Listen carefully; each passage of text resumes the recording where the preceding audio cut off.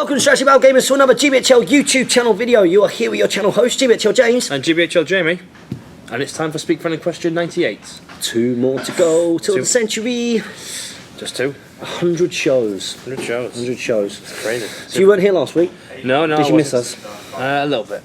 I had the lovely Matthew Davies, A Generation Shift. Hope you guys enjoyed having someone different. It's always nice when we've got someone different. Yeah, it is good. Offers a bit of a different opinion, but we do have GBHL Jamie back, which is cool. We've got a few questions this week. Although not as many as usual. I think that's because people have got confused and think that we're the new Palantir hosts. Although we might have to be again, because they can't do tomorrow. They got too happy for Damien's birthday. It was GBHL Jamie. Shut up, James. Every video. It's every video. Hello, welcome. It was GBHL Damien's birthday, so I don't think we've done anything on the channel to say happy birthday. So every time. Yammers on. So I think that we should we give him a bit of a sing song? No. You don't want to sing to him? Nah. Happy birthday to you. No? It's not happening. Sorry. You guys out there, you can do it for us. So only 24 questions this week. Who are we starting with? Are we on the same page? What to start with? No, I've got Jeremy Smith. Are you going from top to bottom? You at the bottom? I got Pascal Wibb at the bottom. Oh, we're all over the place. I'll tell you what, let's do it off one phone then. So if you want to start things off. Thanks. It says, greetings GBHL gurus. Here with another loop-sustaining question. The setting. When The Hobbit Escape from Goblin Town was released, we saw small changes in the rule set, but they had profound impacts on the game. Monsters, now worth a damn, and frankly monsters are now worth a damn, and frankly made these units fun and dangerous. Agreed. Special strikes added an entire new dimension to the combat phase. Agreed. And a negative modifier to moving and shooting. Which is a good thing. Yep, and it also took away volley fire for shooting as well. Individually small changes, but changed the landscape of the game. Now the actual question, what could be the next big change to the rules set that would add a new dimension to the gameplay, yet still retain the essence of strategy battle gaming? Ooh, that's a really good question. A really good question. So things that, if the game was going to continue to evolve, what would be the next part for strategy battle game? Which is highly possible considering some of the news that we've had today. Yeah, the news that came out this week about Wednesday, Thursday. Yeah, Games Workshop potentially relaunching specialist games and Lord of the Rings being moved into that section. I don't think they'll change the core rule set anyway. No, and I don't think there's any particular need to kind of advance. I don't think they'll advance the game in any kind of way, and I think any new releases, there's the potential that they will be kind of like standalone, almost board gamey. I think they'll be like if anything is actually released, it'll come like the Warriors of Dale did, where they have a rules card insert inside them. Yeah, stuff like that perhaps. That could be quite interesting. But in terms of the actual game mechanics, it'd be interesting to see if we did get anything that moved the game forward, whether there'd be a few things that would be re-looked at. Yeah, But I can't see it myself. I can just see rules tweaks, sort of, from the GBHL FAQ and things, just maybe clearing up a few wording things. If you were going to change if you were going to advance the game and you were going to personally change any mechanics, would you? No, other than correcting things. Other correcting things, I think making thrown weapons not move and shoot would be my one change, which would change the game drastically for quite a lot of armies. But that would be my only change. Yeah, I think just a couple of little tweaks to special strikes, which we've said before, would be that made some of them more usable and some of them not as. Well, you might as well just use it every single time. I mean, how many times you go into a game and say, look, every single time that there's something with a sword, it's going to faint. It's going to faint, or something like that. He's got a spearman behind him. Unless I say so, he's fainting. Yeah. But in terms of actual mechanic, I can think of ways that you could make a new game using strategy battle game as a basis in lots of ways, that add in dimensions that I really like. And I love the way Guild Ball has the momentum, like ways of generating. So having a momentum generator instead of having might for heroes. Okay, so like for every kill they get a momentum or something like that. Something along those lines, or anything that's particularly game changing, like a kill or something that goes off. That would be pretty cool, and then that contributing towards not being a completely random priority. Yeah. But that's just a couple of little ideas.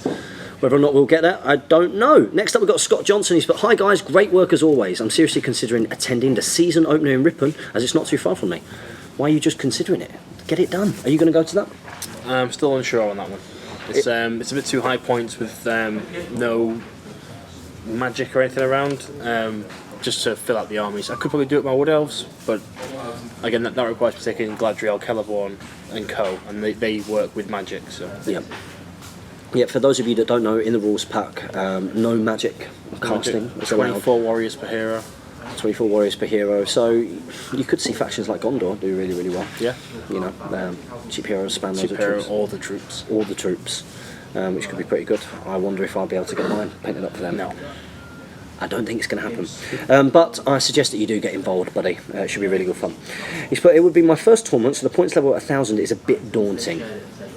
Yeah, I think for a season opener it is a daunting amount of points. It is, yeah. I think if it's your first tournament as well, maybe depending on how confident you are at the game, but maybe just hang fire a little bit, just because 1,000 points, when you've got lots of heroes and things, is quite draining. I imagine having a lot of troops on the battlefield would be a spectacle and fun, but Yeah. it could become very. You'll do a lot of the same fight down the line. Like, so it's my 2 elves versus your 2 goblins. Let's go. Yeah, 1,000 points is pretty 20 draining at minutes the best later. of times. Right. Because there's so much to think about at 1,000 points, and I think if you've not got those big things in there, because of the way that the rules pack is, then these games are going to be very, very long. But if you live local to it, definitely get yourself down, even if you end up just going to watch. You've put... I have no problem being able to field an army of that size, but I think I might be too slow at playing more experienced players. I won't worry about that, buddy. I could keep the model count down by including some expensive heroes to speed things up, as I have the intention of being competitive. I guess my questions are, how time pressured are tournaments usually? Should I wait for a lower points value tournament as my first? Any advice? Thanks in advance, and happy strategy battle gaming. P.S. Well done on a refreshing change on a Planeteer last week. I think that was good feedback. Yeah, it's good. Hope you all enjoyed the sketch. Boom, I enjoyed making it. Cool. So yeah, what do we think? Well, we've already said that maybe it's not as first tournament friendly as maybe season openers in the past. As for time intensive, a lot of tournaments give you a lot of time to run it. This tournament's going to be entirely what people bring, I reckon. If they do as you do and bring a lot of big heroes, it's going to eat up the points, so you won't be spending a lot of time doing it. As if someone does do, you know, Damrod 24 warriors, Beragon 24 warriors, Denethor 24 warriors. You know, that's 72 with 3 very minor heroes. And if you were to bring an army similar to that, you know, hobbits, let's say, you're going to be rolling buckets of dice. Yeah, you know, one shaman with 24 warriors. Is there a model limit at Ripon? I think so. I know Billy Fitzmaurice was thinking of pooling all sort of Team Nottingham's Goblin Town together and taking like Captain 24, Captain 24, Captain 24. And it would look really cool on the table, seeing this big swarm of goblins, but It would look cool. it would take a long time to. But there's a reason why, like War of the Ring came about. It's so that those massed-sized games don't eat up so much, kind of, because you move it each individual warrior, each individual fight. It could be quite draining. A movement phase could take like 20 minutes. But don't let that put you off at all. I'm sure it's going to be great fun, and it really will be a spectacle. I won't worry about things like time and the fact that you're a new player. You'll be made to feel awesomely welcome, and the guys up in Yorkshire are really cool like that. So yeah. Next up, we got Narlis there. Alistair. He says, "Hey guys, wasn't particularly serious about trying to get an edge. I assume that's something in last week. My evil list is going to be the Witch King, some Ring Wraiths, which are unnamed, a Mordor Troll, and as many Mordor and Morannon Orcs as I can paint in time. Not sure how many it's going to be now, but was wondering what your priority would be for upgrading the Wraiths. Do you go for the Might straight away?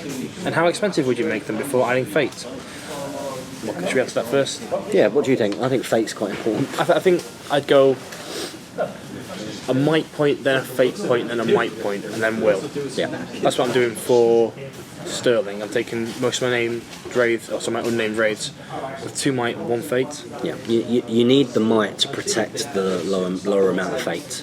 Just in case you do get that horrendous roll, at least then you can... 2 points of Might, you're still alive at least. Yeah, which can be very, very important for Ring Wraiths. Yeah. Plus, the Might point allows you to boost the dice roll, or to call a heroic move so you can try and cast your spells before you inevitably die. Yeah, which could be quite important. Yep.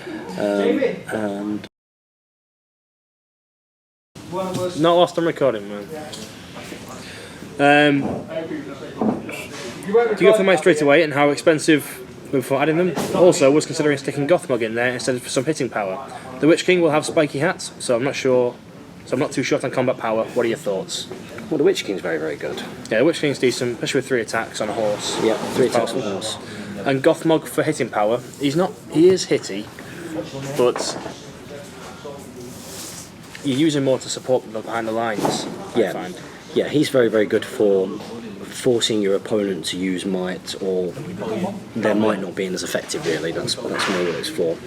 But it could be a really cool kind of fun army, I think, and I like the fact that you're not going for all-out named raids apart from the Witch King. That would be quite different and look quite cool. So yeah, give it a go. Let us know how you get on with that analysis there.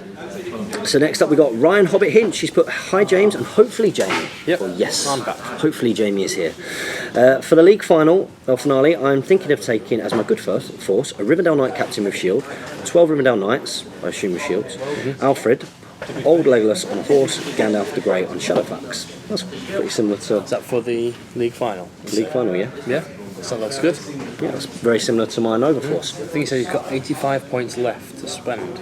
Well, my contemplation is what do I spend my leftover 85 points on? Another Rivendell Knight captain with no shield, or with a shield, by dropping Shadowfax to a normal horse, Arwen on horse, or who else could I include? All the best, Ryan Hobbit Hinch. So what do we think there? So he's got Old Legolas on horse, he's got Alfred in there. Old Legolas on horse could become new Legolas on horse. Yeah, Makes a huge difference. And he's also, and especially with the current kind of meta with Goblin Kings and stuff being around, he is awesome. Fight 7, Orcrist, causes terror in orcs. He's good. He's very, very, very, so very that would be what? Another 30 points, is it? 135 him on horse? Yep. Yeah, so that's 30 points. So then you've got 50 points left to spend. 50 points 55 points left to spend. The upgrade to Gandalf the White is too much. Yeah, it's too expensive. 55 points. You could drop Alfred. Alfred. That would give you 75 points. You don't need it. You don't need him. Although he's good for his points. I actually think your option to put in another Rivendell Knight captain in there is not maybe another Rivendell Knight captain, and you can split the warband in half. Yeah. So you have 6 and 6, so that in things like domination, hold ground, you can enter with some stuff rather than your army and the heroes. Yeah, I would probably go for that. I don't think that's the worst suggestion in the world. But best of luck. It looks really cool, and I'm looking forward to seeing you there. So next up, we've got Nano Dave. Nano Dave 1980 says, hi GBHL, my question this week is when dueling, a character uses feint and has support behind him. Do both characters get to re-roll the wound, or just one? So re-roll once. It's just the character that's using a sword to feint. And would it be best to use 2 coloured dice to tell the difference? As always, keep up the good work. Thanks, Dave. Yeah, use 2 different dice. Roll into wound, definitely. Yeah. So when the fight doesn't make a difference because you use the best fight value. Yeah. But say when you roll into wound, typically you'll say, right, the black dice is feinting. Black dice rolls a 1, which normally is the other dice, then rolls a 1. Then you get to re-roll it if it's that dice. It's always very interesting when people sort of separate the colour dice, even for winning the fight. You don't need to for winning the fight, but definitely when you roll into wounds, so you know which one is the fainting. Okay, so next up we've got Stephen Gill. He's put non-SBG question this week. Oh. Have you been watching this is quite good. Last Kingdom. The Last Kingdom on BBC. Yeah, it's on right now. Well, it's not on now. It's on in. It's on Series Link. It's on in 3 hours. But I'll be watching on BBC iPlayer when I get home. Now, GBHL Jamie and I have been talking about this series of books since we've known each other. Yeah. Since we met each other, because you are a big fan of the books. Yeah. By Bernard Cornwell. But not Bernard Cornwell in general. Yeah. Yeah, definitely. Just sharp. Just a good author. Come on. Sharp. All his book series are good. And I had an audio book for one of those, but it wasn't the Last Kingdom. It wasn't the Last Kingdom. It was one of the later books, and it was one of the things which made us start talking about Saga and everything, because it was a period of time that we really liked. And you said to me the other day, "Have you been watching The Last Kingdom?" And Jane has recorded it for me, the legend that she is. It's good. What do you think? It's really good. It's good, isn't it? It's very good. There's a few little bits that are missed out from the books, and I think as a book reader you're always going to notice them. Yeah, of course, yeah. Like some really cool scenes that aren't there, but I'm loving it. Yeah, it's very, very, very good. I'm really looking forward to hoping that it does well for them and that they carry it on so I can see Uhtred get older and older. Yeah, because I think that's the thing, that someone who's not read the earlier books, someone who's listened to the later audiobooks, really sort of gruff. Yeah, like he's fought in numerous shield walls and he knows what he's doing. That's what you want. He becomes a proper vet, doesn't it? Yeah, that's what I really want to see. That sort of that experience versus young impetuousness. Yeah. And I am looking forward to that. We're probably not going to get an Alaska. It is very like Vikings, the series, which was good. Yeah. It's got that element to it. Even some of the way that it's shot.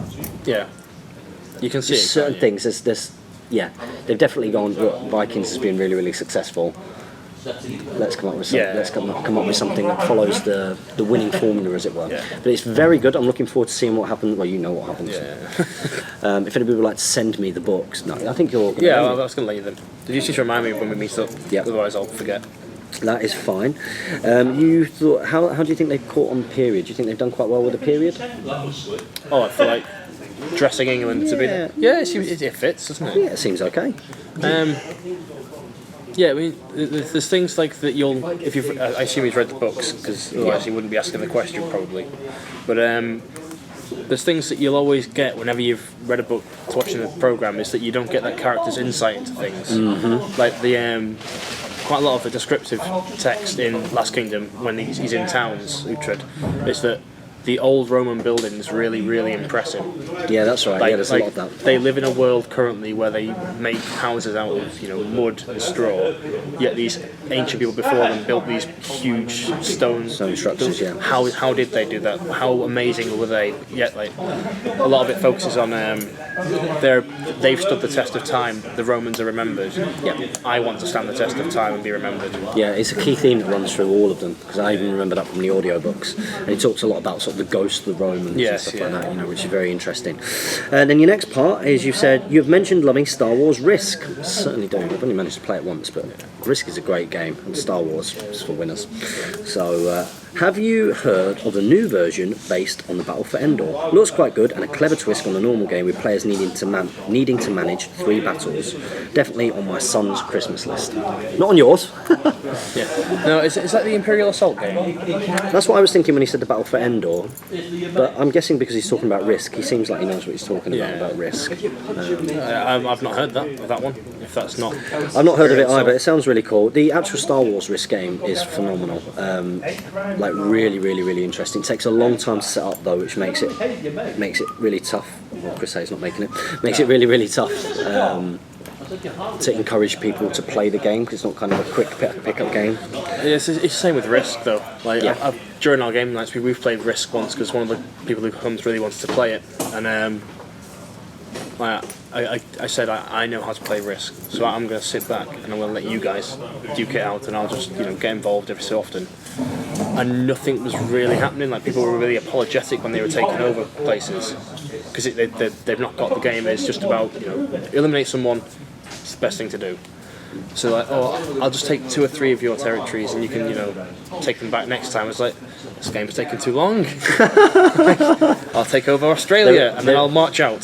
There is because I mean, Risk is such a classic game. It's been around for years and years and years. Decades. Yeah, decades. The actual sort of fundamental game of Risk has been around for a long time. That if you've played Risk a few times, there is a way of winning Risk, and it only really gets competitive again if you're playing against someone who also knows how to win at Risk. Yeah. Australia. Which, trying to get hold of those whole territory, making sure that you're getting your reinforcements and not overstretching. I know the game is called Risk, but it's knowing when those risks are worth it because of reinforcements and when not. Me and you would have a horribly competitive game of Risk. But that's why I like things like Star Wars Risk, because it brings in a completely different dimension. There's a story to it, yeah. Yeah, it's really, really cool. So you've still got the fundamentals, but then you've got the other side of it as well.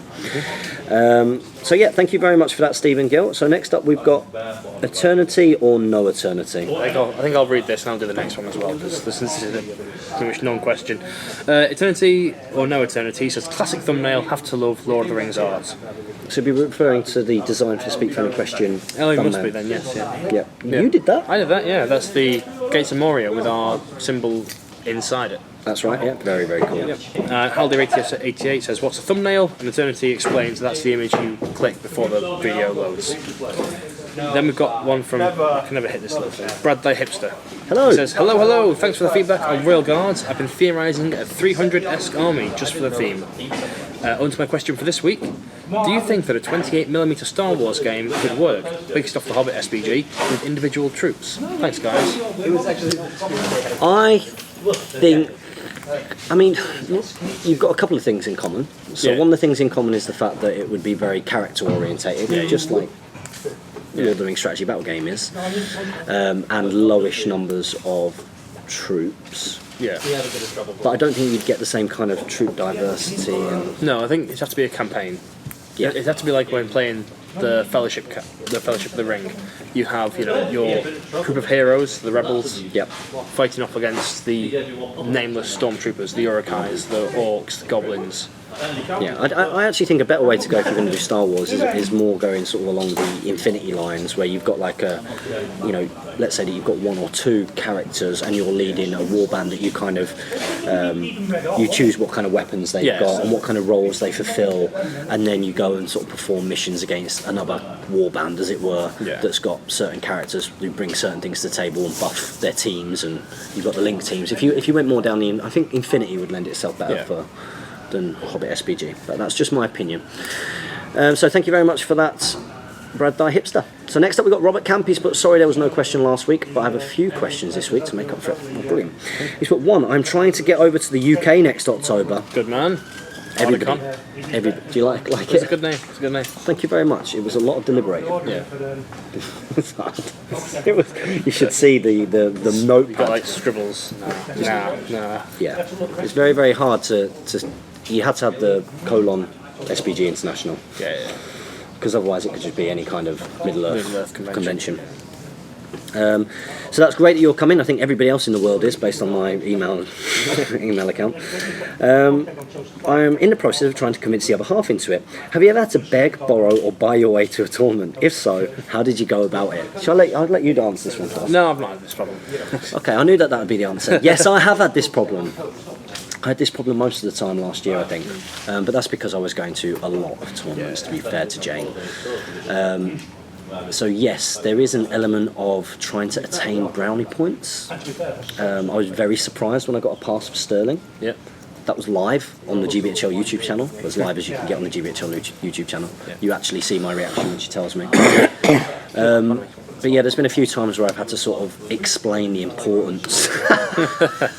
Which, of course, if it's someone who... Ludicrous, to someone who's not involved, when you try and explain the importance, especially if it's to do with league, like, listen, it's really important I go to this one because I can pip Alistair King here.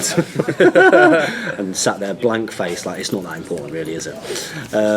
So yeah, I've had to do quite a bit of that, a lot of grovelling last year, a lot of falling out. I think I've had a much better balance this year by just going to the other one. So yeah, I've done the same, and just in general, it feels a lot more chilled out this year.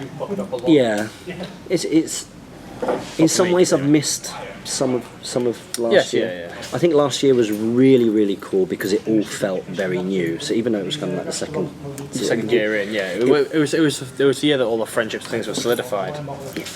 It was very cool.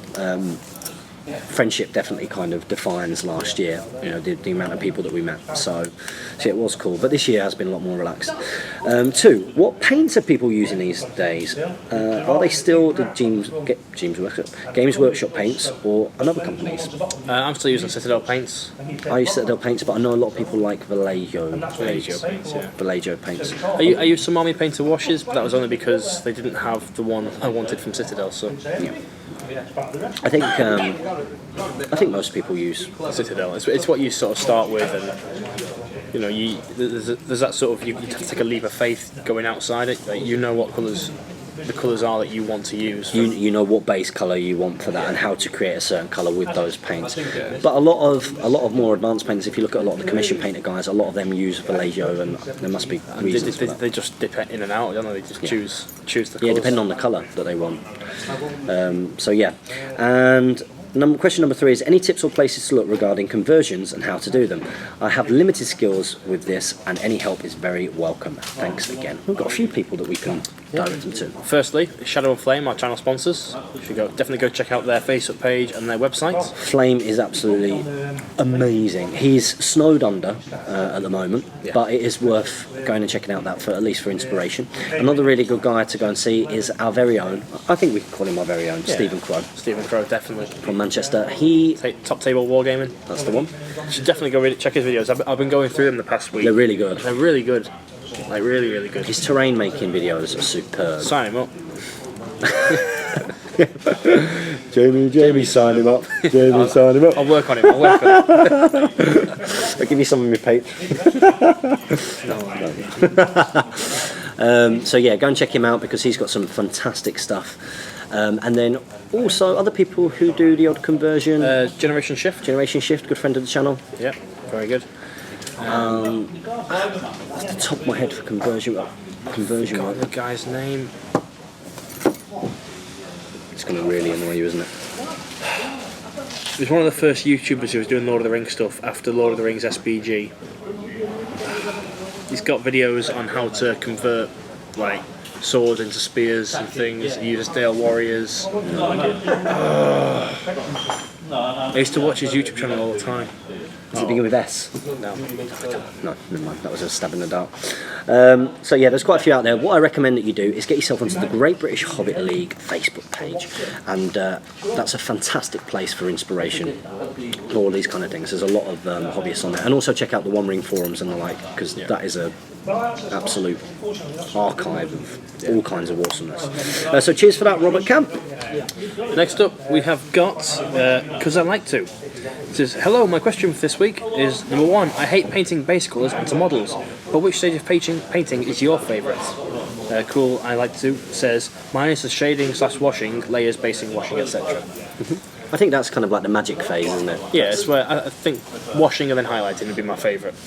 Yeah, for me, like, It's where it takes, for me, it's where it takes a bland bit of the model and turns it like something you seeps into the achieve recesses. You go, okay, so I now know where to put the extra bits for raised cheekbones, the nose, forehead. Yeah. And then you get the depth of the eyes. Yeah. It looks really cool. I think early on in my painting career, as it were, when I first started, I was always really disappointed not really, but it was quite hard to make that jump from doing the base colour and then washing it, because it always looked really good after a wash, and then my highlights just always seemed too stark. Obviously I've learnt since that you go back over with your base colour into those raised bits and then you go for your highlight, and that's how you achieve it. But I think initially, I think for most people one of the most satisfying bits initially is the shading. Yeah. And then the better that you become as a painter, it's all of those little details that you can kind of add on through the highlights and that kind of thing. So, number two says, what models do you guys dislike the most, and what would you make to make resculpts of? Models I dislike the most. I'm not a huge fan of unarmoured Glorfindel or Theodred. Yeah, unarmoured Glorfindel's a bit of a goofy model. It's a bit. Same with the monkey twins. Yeah, same with the unarmoured twins. Unarmoured Eldad and Elra here. Yeah, they're pretty awful. I hate the Theodred sculpt. It looks like an elf, doesn't it? Yeah, it's clearly gone from that kind of line. I think I would resculpt Theodred, especially because I'm a Rohan player. Yeah. Next up, we got Shaw 100. So Shaw 100 has put where GBHL I like this guy. Where GBHL James has taken all-mounted Rohan, which was considered a very poor army, and made it work. Are there other all-mounted lists which could potentially work so well? There is definitely one in particular at the moment. Yeah, Rivendell Knights. Incredibly competitive. Haradrim can do it. Haradrim can do it. And then that's probably just the lengths you go to. I know some people are trying out Swan Knights and Delamroth. They're using that. I think James Braun is considering using it this current weekend at Stirling. But we'll see. There's a couple of key things. I mean, the reason why the all-mounted Rohan can do it is because, and the Rivendell Knights, it's the ability to be able to shoot. It's the fact that they lost the bow limit for their riders. Yeah. And gain the ability to go to fight 4 on courage 5 rather than fight 3 courage 3. Yes, because Erkenbrand is such a great buff for that army. Yeah. Which I think has been known well before I got involved in the hobby, as it were. But yeah, I think it's possible. I think that some people, when they want to do an all-mounted army, they love the idea of the heroic charge. Charge of the Light Brigade. And it really is the charge of the Light Brigade, because as soon as you lose those key roll-offs, you are dead. Scuppered. And it will happen. So, So yeah, thank you very much for that, Sean Shaw. Next up, we've got Alex Wright. This is Alex Wargaming Terrain, right? I've not heard from him for ages. Not for a long time. Says, hello there, GBHL. Been a while since I posted a question, but I've been constantly watching the channel while I build terrain. What was your favourite terrain layout at Nova, and what would you guys like to see at the next Nova convention? All the best, and thanks for all the time you put into the hobby. And thank you for creating such marvellous feast for our eyes at Nova. Best was Lake Town for me. Lake Town and Goblin Town were incredible. You know, they captured all four of our imaginations and hearts. I think we all wanted to steal them. Yes. And could well have overpowered all of the Americans. Yeah. If they weren't so nice. Alex, our other thought was that if you were there, we'd empty a suitcase, stick you in it, and take you home and force you to build terrain for us. You are more than welcome. If you come and get involved next year, I want people like you to come and get involved in this event. Build us a board over 4 days. He could do it. He's super talented. Death Star was amazing. Not Death Star, sorry. The Imperial Star Destroyer was incredible as well. That's a great point. That was something else. Yeah, that wasn't even like being involved in a gaming convention. That was like seeing work of art. Mini prop, yeah. It was insane. It was huge. Where did you put that? So it's cut into 3 pieces, wasn't it? It was absolutely incredible. Listen, you are more than welcome to the UK. I'm pretty sure all of us would put you up and allow you to just build for us full time. You were brilliant. So yeah, hopefully see you in the future, Alex. Next up, we've got Pascal Wibber. He's put, what do you think of Gildor in an all-mounted Rivendell Knights army? I read this question earlier and I thought about it. Gildor moves 8 inches, so he's not that far behind. He's not running behind them. However, I think you can spend 80 points on a captain and take a better choice. Yeah. Like he's 1 white, 4 will, 1 fate. The only reason you're taking him is for the mobilisers. Mobilise, yeah. Immobilise, which I would say could be useful because you could say that's one of the things which is going to sort of go up against your Rivendell Knights. Of course, beefy heroes. Yeah. You know, it's going to be a bit of an issue for them. Shoot it. But shoot them. I was going to say, just shoot them. You just target everything at that one. Yep. Get them off the horse. While they're on the floor. Boom. Get in there. So I think pace-wise, I can see what you're doing there. But I think it's better. I think just another hero. Yeah. Rivendell Knight Captain. Rivendell Knight Captains are awesome as well. So next up, we've got Michael Bojan. Michael Bojan, he says, thanks for the show. Some people are saying that the High Elf army is too weak or even unplayable and that they need another troop type. While I agree that having just one unit in an army list is pretty boring, they're still a strong faction and that they don't need any changes to make them good. What do you think? I agree with you. I think they're very strong as a faction. Yeah, I do as well. Like they're not weaker by any means. I think they've got fantastic heroes. Yeah, the heroes are some of the best in the game. Yeah, by a million. So what we said before for these Rivendell lists is that you're going to rely on the troops not dying and grinding down your opponent. You know, get the odd kill here and there, but it's really up to your heroes to do the bulk of the work. Yeah, definitely. Because you are going to have a lower model count. You're probably not going to be killing a ton with your high elves with the strength 3. Mind you, there's a lot of defense 5 around and less now. It's when you hit like a Moran and Orc wall. It's when the high elf wall falls down. Because, or a Kai wall. Yeah. Yeah. It's just the double strength 4 hits. You know, you need 5s to wound against needing 6s in return. So you're just going to go through them too quick. Yeah. So your heroes do need to do a lot, but it is a strong layer, and we do see people doing well with them. Yeah. We do. David Alexander does very well. Yeah, I think being willing to put a bit of time into making sure you've got all the correct kind of conversions, so that your swordsmen have got shields, and then you're backing them up appropriately, and you know, bows with spears and stuff like that if you can. So yeah, thank you very much for that, Michael Bojan. Next up we've got Sveta Dol. Guys, please make another tutorial on how to play with the basics. Speaking more clearly. Yeah, the last one was, well, it's done very well for us, but it was very early in our recording lifetime, wasn't it? We would produce something. I mean, I'm sure you're the same. I've learned so much about video editing and Since recording, then, and like even before when we were doing Speak Pen and Question, we refused to film over there because one of the lights had gone out. You know, and even though this isn't ideal, it's better. It's just little things you think about. But I don't know where you guys live, but for me, since I speak Spanish, it's very understand your accents. Yeah, can't do anything about those. No, I'm not changing them. But I think that at some point we could definitely do another. Redo. Yeah. We could just do another one. It can't harm the channel. No. Content, innit? It took a long time though. It did take a long time. But I think we're a bit more fluid on various things. Like that, I think we spoke about this when we were last together I think maybe in the Planter when we were talking. Like the way that we record things now is completely different. Like we used to pin up bits of paper and stuff to remind us and make notes, and we were nervous as hell. Now it's just whack it on, and you complaining about it before on your phone and straight away, isn't it? It's like boom. Welcome to Strategy About Gaming. Shut up. So sorry if any mistakes were made. No, that's very good English. I really love this channel.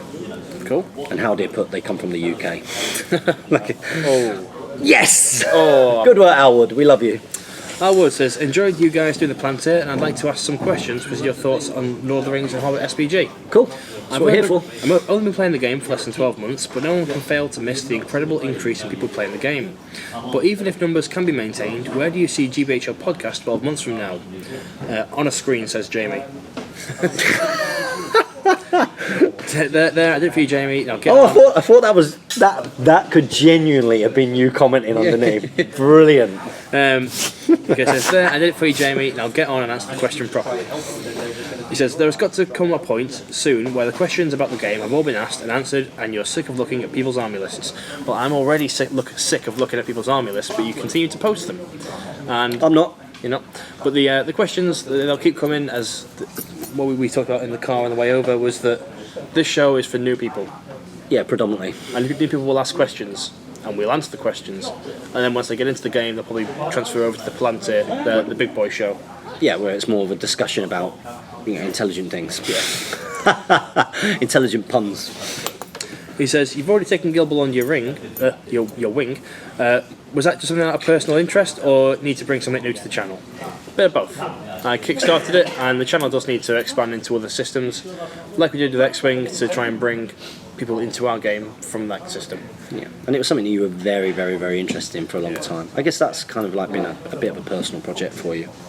He says, do you see any other system becoming the main theme? Probably not. No. Like, Damien and Tom are in for Lord of the Rings, and that's pretty much it. Yeah. And it's what we got in for this channel, so keep it at that. There will be other content coming out, but Lord of the Rings will always be the main for this channel. I think it's it's very, what's the word? It's very current affairs. It's very, I'm not sure what the word is. But in terms of a question, it kind of makes sense, because obviously these guys are aware of what's going on with the Hot Skates Gaming idea, and I think that's because initially Jamie and I, when we started, I mean, you started it for different reasons at first, and then when we first sort of took it on as a project, there was a very different kind of idea of what, and it was going to be to sort of expand into other systems and to try and create like a mini wargaming.com. And I think that it's probably taken us aback in a lot of ways. It's why we kept on calling it the GBHL podcast for so long, just how big it ended up becoming for the community. For Lord of the Rings, just for the community, and that's why it didn't change. Like, we had all these plans for it to change over at some point, and it's just it's not really happened. I think that we'll carry on doing the sort of Let's Tries and doing the Guild Ball. We'll throw all the systems at you, see what sticks, and then that one will stay on for the weekly shows. And as you guys know, I'm going to be doing that through Hobbit, because this has become a hobby for me. So it's another outlet to be able to do that. So go and check out Hotgates Gaming on YouTube. It's dead good. Says all four of you put a lot of time and effort into this channel, and a lot of people acknowledge that from this. He says a lot of people acknowledge that. Well, Thomas did the travelling, and as a person who travels a lot by you don't have to defend him. It's a joke.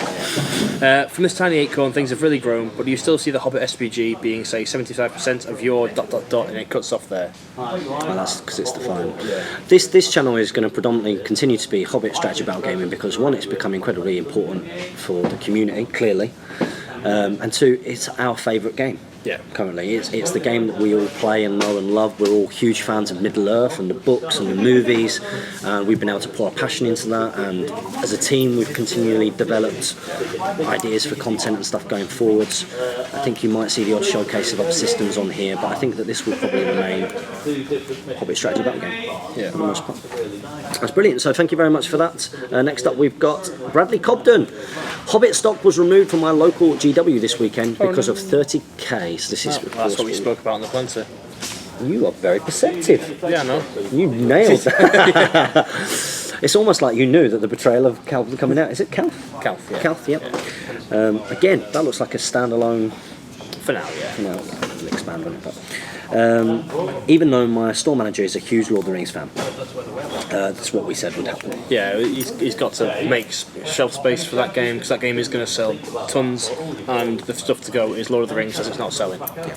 This week's question is: what is the best way to field a Last Alliance army at 700 to 800 points? Well, first of all, you need the heroes. You need Gil-galad, Isildur, and Elendil, and then build your forces around them. Yeah. Then maybe have Elrond in as well. But that's probably all your points gone by that point. That was good. That's the issue. Because how much Elendil's what? 180. Yes. Yeah, when he gets shield and horse. Isildur 150, 160. 160, I think, with horse and shield. Gil-galad 190, 185. Yeah, that's about 570 points or so. So you're gonna get some new. Yeah, you're playing for the heroes Yeah. at that age, though. So Yeah, you've got to. It's all about the heroes in that army. So cheers for that, Bradley. Next up, we've got Crodocan. yeah, Crodocan. He says, "Thank you for a great show. I have a miniature question for you because I start to feel like Treebeard looking for Entwives. We've lost them, and now we can't find them. I've been looking for a long time for the Mahud Tribe Master leader. I know a model has been made, but I've never seen one on the net or in the store. Have you guys ever seen one? The Mahud Tribe Master? Yes. You bought one off me? Is that a Tribe Master or is that a King? King Tribe Master. Oh, yeah, sorry. Yeah, if Tribe Master there was never one, it was just a King, I believe. Oh, really? Yeah, I don't think there actually ever was a Tribe Master. No, the Mahud King, on the other hand, is very rare now. Yeah. Cheers for that. It's alright. It's a beautiful model. Beautiful. Do you know if the miniature was ever released? Maybe I can get some peace after your answer. Best regards, Mikhail. So never been released, you don't think? No, I don't think the Tribe Masters were released. They were just the kings that you would use as... Yeah, and do sort of different poses. Yeah. Okay, brilliant. So next up we got Jeremy Smith. How's it going, Jeremy Smith? Hey, keep it up. Question: is this competitive or cheesy? 650 points with Strider with horse, armour and bow. Gandalf the Grey with Shadowfax. Vanderboros took mounted, leading 2 giant eagles, 4 hobbit archers, 4 hobbit shadow. No, you can't do that, can you? 2 Woses warriors. Keep cracking on. First Stage of Smith signing off. PS, I like both of your lists. That's illegal, isn't it? It is illegal. So Banderbus got FAQ or errata so that he can lead troops from Wonders in the Wild or the Shire, not both. Both at the same time. So unfortunately you can't have your hobbits in there, but you could replace them with Woses. And even then I don't think that's a terribly cheesy list. No, I don't think it's cheesy at all. It's not themed, but it's not cheesy. No, definitely not. I don't think it'll do great. So finally on Speed Friend question. So not doing too bad. Oh, 42 minutes, brilliant. Gonna have time to do some Guildborn stuff. We've got Dave Egan. He says, a question about rankings and scorings at tournaments. How exactly is your position determined after each round and after the final round? So that depends very much on which tournament you attend. Yeah, so is it overall wins accumulated or overall victory points? Or overall victory point difference? So I think we should explain what we tend to do. So yeah. You've got two types of points. Basically, you get points for win, draw, and loss. Which is tournament points. Yeah, and traditionally that's either 3-1 and 0 or 2-1 and 0. Or 10-1 and 0. Yeah, or 20-10-0. But basically that kind of structure. And of course that is the first tiebreaker. So the best thing to do is the most common thing to compare it to is football. Yeah. So football, you win a game, you get 3 points. Yeah. You draw a game, you get 1 point. You lose a game, you get 0 points. Yep. And then think of the victory points. It'll either be victory points total, VP difference. Usually there are other ways of doing it as well. Yeah. Strength of schedule and. So the classic one is victory point total. Yep. And if you imagine in football terms, that's goals scored. Yep. If it was victory point difference, that's goals scored minus goals conceded. Those are the most common. Yeah, I like victory point difference because it rewards you for playing to win, giving nothing away. Yep. Whereas victory point total can be skewed by a certain game in Lords of Battle where one person gets, 70 points and then he can just coast on that for the rest of the tournament. Yeah. Whereas victory point difference, he might have killed 70, but his opponent might have killed 69. Yeah. And you're not getting rewarded for the fact that you are getting too rewarded for the fact that it was such a close game. Yeah. And it means also that you can get into situations, for example, with like Wreck and Witter, where in some scenarios it's worthwhile you just walking past each other. Well, I'm never going to beat you, so will you let me just get all my stuff off, and I'll just let you get all your stuff. You walk on this side, I'll walk on that side, and we'll just, our generals can kill each other in the middle, and then we'll run away.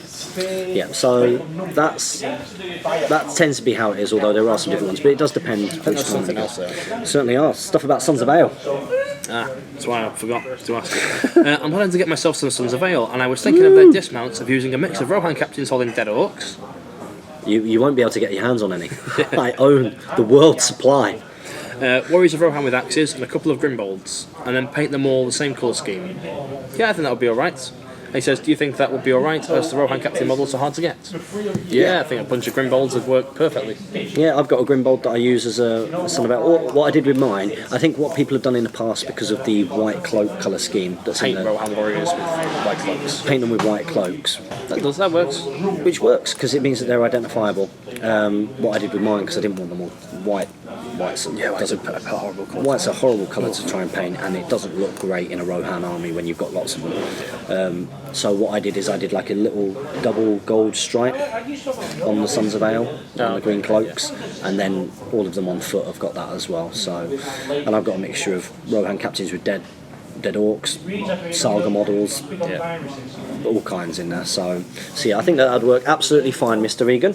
And that brings us to the end of this week's Speak Friend and Question. Indeed it does. I hope you guys enjoyed that, and make sure that you get your questions in for next week. Don't forget to comment, like, share and subscribe. Support your Hobbit hosts in their endeavours. Yes, by checking the links in the video description below. It's our first time doing this, because of course we've all got different ways of you supporting us now. So make sure you do that. Support your Hobbit hobby. And happy strategy battle gaming, everyone. And like us on That's now Facebook. reversed. Like us on Facebook and follow us on Twitter as well. Oh, it's all gone to pot.